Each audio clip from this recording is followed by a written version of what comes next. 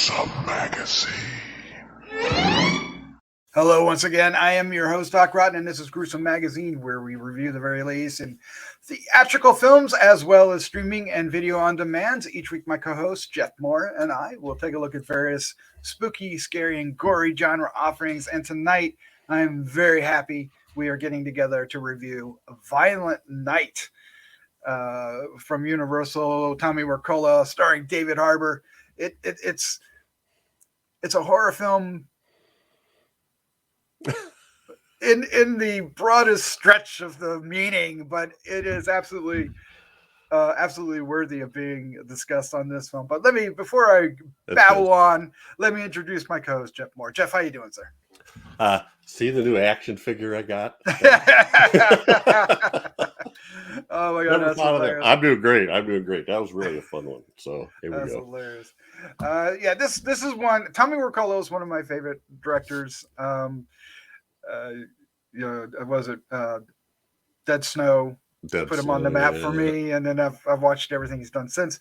And David Harbour is an actor I like, and him playing Santa seems much more right than him playing Hellboy. That's for sure. So, well, I did get some. I'm kind of like going. I feel like I'm watching Hellboy in a Santa suit. There's a lot to discuss and unpack, hard with this film, unwrap. But what we have to do though is do the spiel first. So let's do that. What we're going to do is we're going to give you our first impression, and that first impression will be spoiler free. So don't worry. And then we're going to get into the discussion, and we will talk about some of the kills, some of the highlights, some of the twists and turns, and the funny bits, and the gory moments. We'll spoil it. And then we'll wrap things up with our score 1 to 5 and our favorite scene. And of course, we hope you enjoy not only this review, but many others that we have on the site. And if you do, please hit the like, subscribe, share with a friend buttons. Each and every click will help us reach our goal of 5,000 subscribers. And only you can help us do it. Thank you. Talking about you. Yeah. We see you out there. No, we don't, but we'd like to. All right, let's look at the card. That was awkward. Violent Night, 2022, Universal Pictures, available in theaters December 2nd, 2022. Synopsis is when a group of mercenaries attack a state of a wealthy family, Santa Claus must step in to save the day. Oh, and Christmas. And that is probably the most wonderful synopsis I've read all year.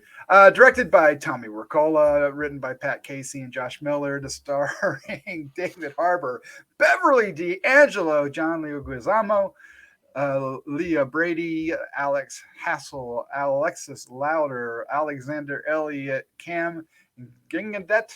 That's probably not how you pronounce that. I apologize. Edie Patterson, I think that is. Brandon Fletcher, and Mitra, Suri. And others.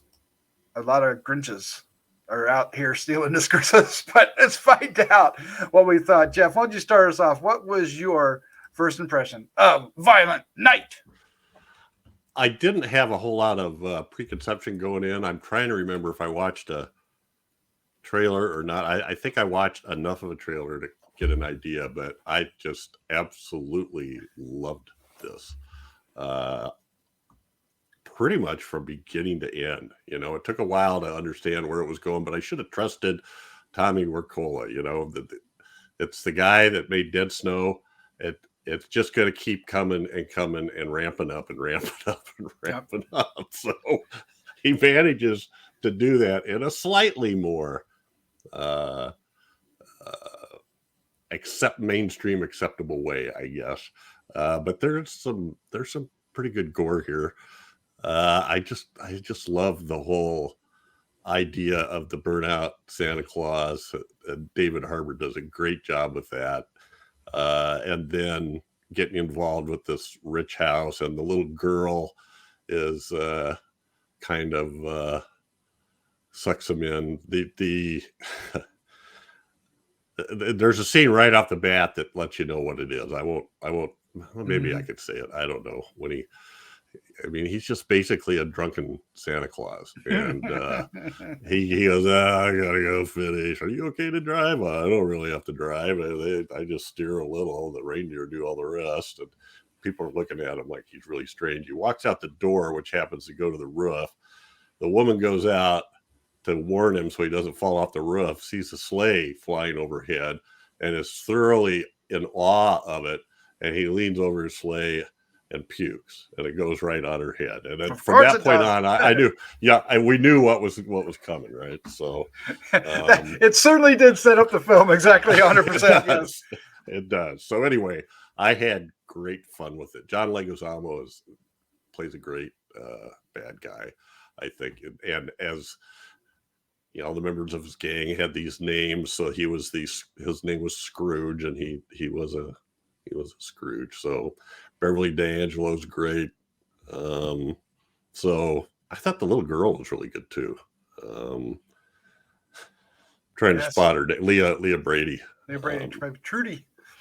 So anyway, I had great fun with it. Absolutely great fun. And by the end, I'm like going, this might be my new favorite Christmas movie. Yeah, that very well be.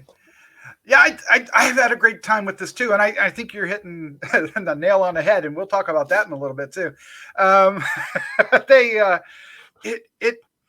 think it's an instant holiday classic. It's got a lot of, I mean, oddly enough, with all the humor and the gore and the violence, it actually has a heart at the center of it, and and that really saves it. David Harbour, the movie rides on his shoulders, but it also, Leah Brady as Trudy, really, the connection the two of them have really solidify what the base of the movie is, and then all the fun stuff that we want to see is just icing on the cake, and it's really delicious. It's a little bit Die Hard, it's a little bit Home Alone, it's a little bit Santa Claus is coming to town, and a little bit of Grinch, because Trudy is Cindy Lou Who all over the place. So it just really hits the mark. I think you said that it is for the director. Well, we'll get into it. Let me just stop right there and we'll get into the discussion. For me, I love it. I want to see a sequel. I want to see more of David Harbour as Santa Claus, saving the day. They hint at it at the end of the movie really hard, that they have places to go, and there's certainly more to explore with him. They have a little bit of twist of what he is, as a Santa Claus, and I want to see more. And I would like to see this every year. Yeah. Instant classic. Yeah, I think it will do really well. But so where I was going to go, now that we're into spoilers, is Tommy Wirkola, you said that it was kind of he's kind of holding back a little bit because it's more broad appeal, but I still think even though he's holding back, and us who know his work know he's holding back, but he still gets enough in there to make hardcore fans like us happy. Well, it's rated R. It is rated R. Well, for language and gore and everything. Right. Santa says the F word over and over again. So, but I think that many audience members may not be ready for it still, even though it's watered down a little bit. It's tempered, but it's not. Watered down's too strong. It really is. It's too strong a word. It's tempered. Well, that's more accurate. For me, all I'm thinking of is in Dead Snow, where like there's intestines everywhere and they're dragging, looping, tying people, and that's not here. No, although there's some. we get some decapitations, and we get even nutcrackers get into the mix and do some gnarly things. Yes, and not everybody can fit through a chimney. Not everybody can fit through a chimney. Yes, that's that was the ending is incredibly satisfying. Incredibly satisfying. The story itself is a little thin, but it doesn't really matter because the real story is Santa Claus recapturing the spirit that the world has stolen from him over the years, because he's just done. He's done with it. The world's so greedy, and the kids want money, money, money, or all the new gadgets and everything. They don't, and the real, truly, people that belong on the nice list are hard to find, and he's just, he's just, yeah, and that's the story, is him finding that. And of course Trudy is a big part of that, and it wouldn't work without her. And and then from there you get to her parents, and they're split and they're coming together, and then the whole family, and then they're greedy, but then we got the villains who are greedier than the greedy. It's just it really just hammers that in an interesting way that makes you want him to win and recapture the Christmas spirit, which is, as a horror fan, is kind of an odd thing to happen, to enjoy, right? Yeah, they do. I mean, there's all kinds of neat little things in here. He's, it's kind of cool that, what powers Santa Claus has are kind of vague, and he doesn't really know how they work, and it's just something he lives with. And then we get a flashback into where he was before, which helps him out now. And I don't know how spoilery you we are deep in spoilers, but you want to talk about Skull Crush. Okay. Yeah. So he's like a thousands of years ago, he was a Viking warrior, or 1,000 years ago, or 2,000, whatever the time frame would be. And he's got this giant like stone axe called Skull Crusher that he's like a master at, like a martial artist with it almost.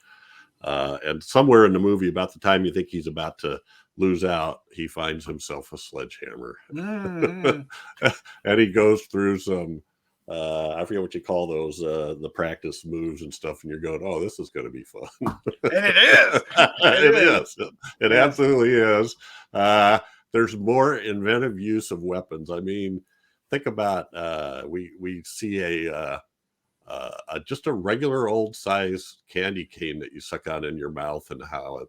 Well, it might be a little larger than usual, but yeah. Well, it gets used as a weapon, and the Nutcracker soldiers, an icicle, a pair of skates. Oh, the skates are great. A snowblower. Yes, snowblower. Which is more like a wood chipper, but yeah. Well, it could have been, but no, it was a snowblower. It was a snowblower, but they worked it like a wood chipper. It worked yes. So and then there was parts where I was a little fearful that it was going to get maudlin when we get into the power of Christmas and do you believe and that kind of stuff, where I thought, this is going to turn into, like, I don't know, E.T. or something. I hate E.T. with a passion. Oh no.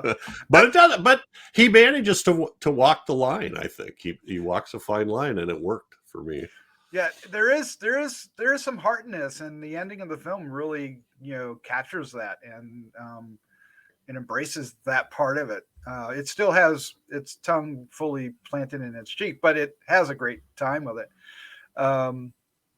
And I felt it. You felt that heartwarm, between with our three main good guys outside of Santa, the mother, the father, and the daughter. And it just really, there is, like you said, there are so inventive kills, but it is so much Die Hard. I felt like this was Die Hard from the get-go. And then there's a lot of references, straight up references to Home Alone. And you get a very gory, bloody version of what Home Alone would be like.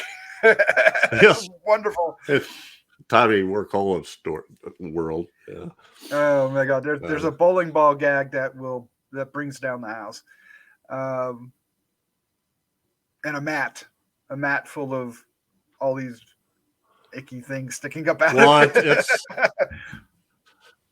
It's a great setup, because the guy walks up and sees all these sharp things sticking up out of this mat, and then sees a nail on the stepladder and goes, if you're setting booby traps, you got to make it so you can't see them. Well, Mhm. those are just setups for something else that's going to happen, that he's going to fall into those then. Oh my So God, she was so smart with her traps.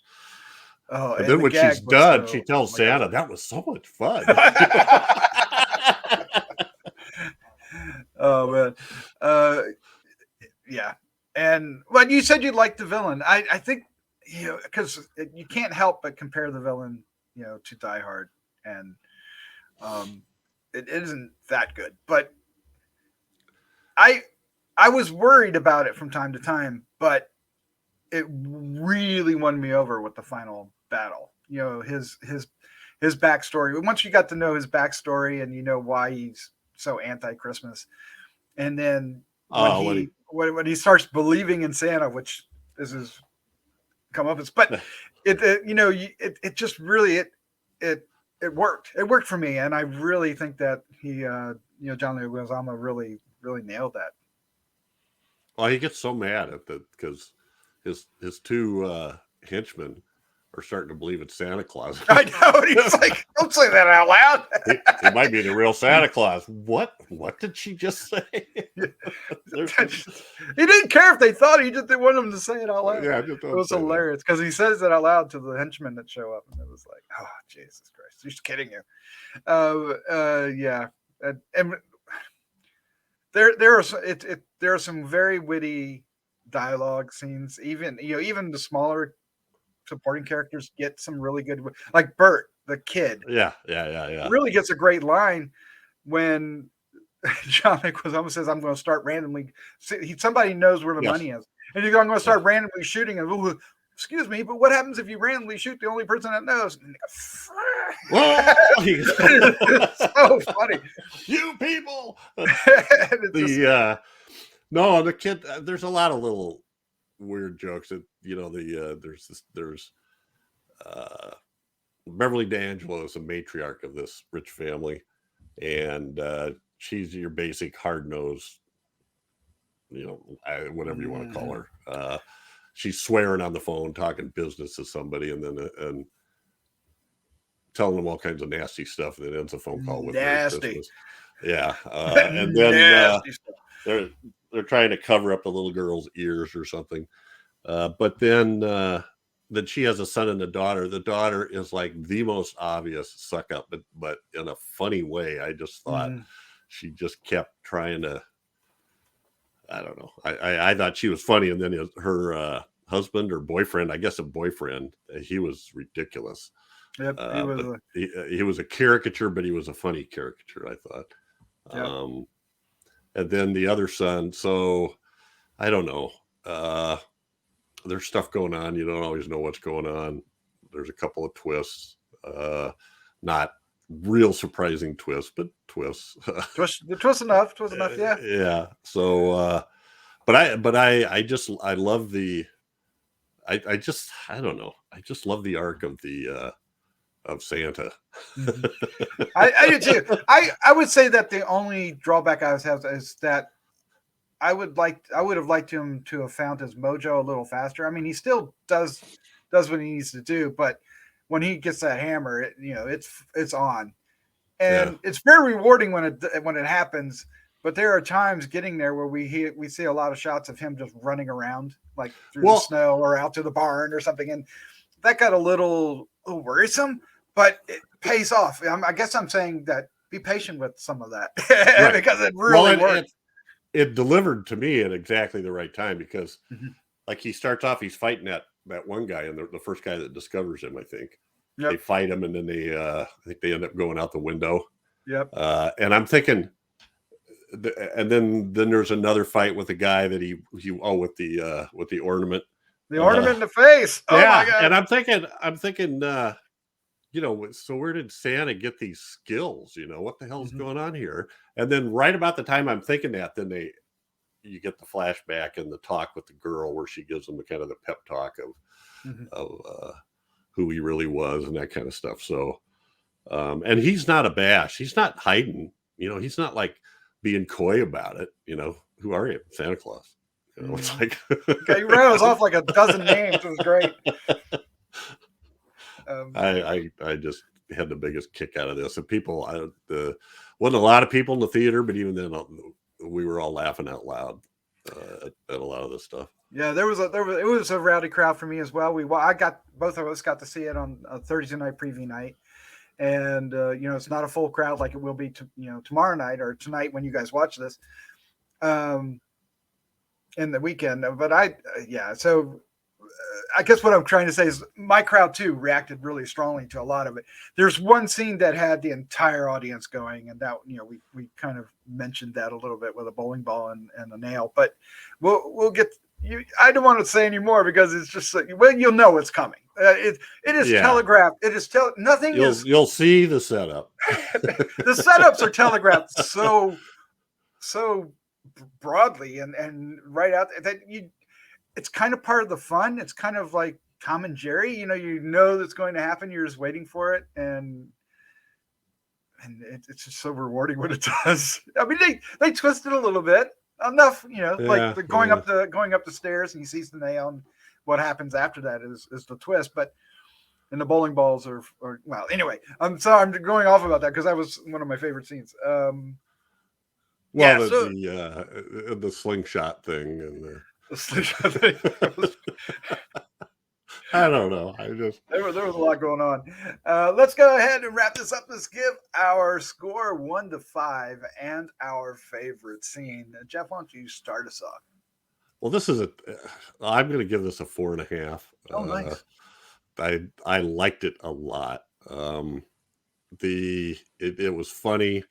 It's got action. There was good choreographed fight scenes with all kinds of weird weapons. We mentioned the skates and all the other stuff. But the first scene that I thought of where I thought, oh, this is going to be my favorite scene. And then it kept getting bigger after that, but I'm just going to go back to that. And we already mentioned it was when he's fighting the one guy and I think he's about to get killed and he grabs this, the Christmas star ornament and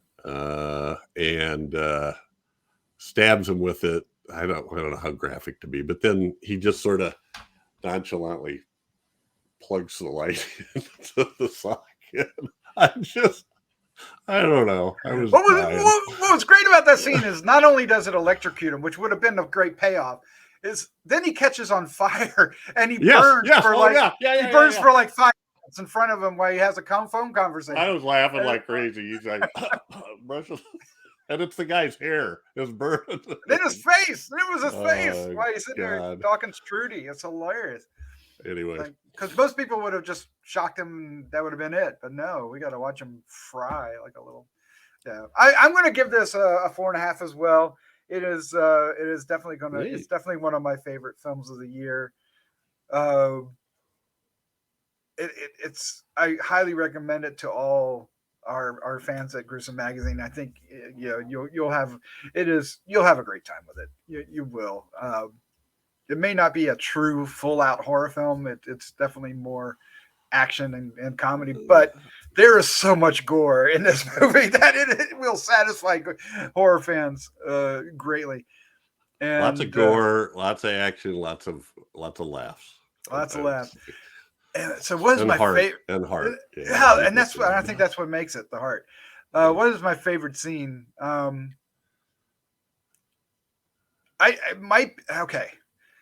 This may be too safe, but it's the final chimney scene. Because you knew it was going to happen. You knew it was going to. So Santa does this, and he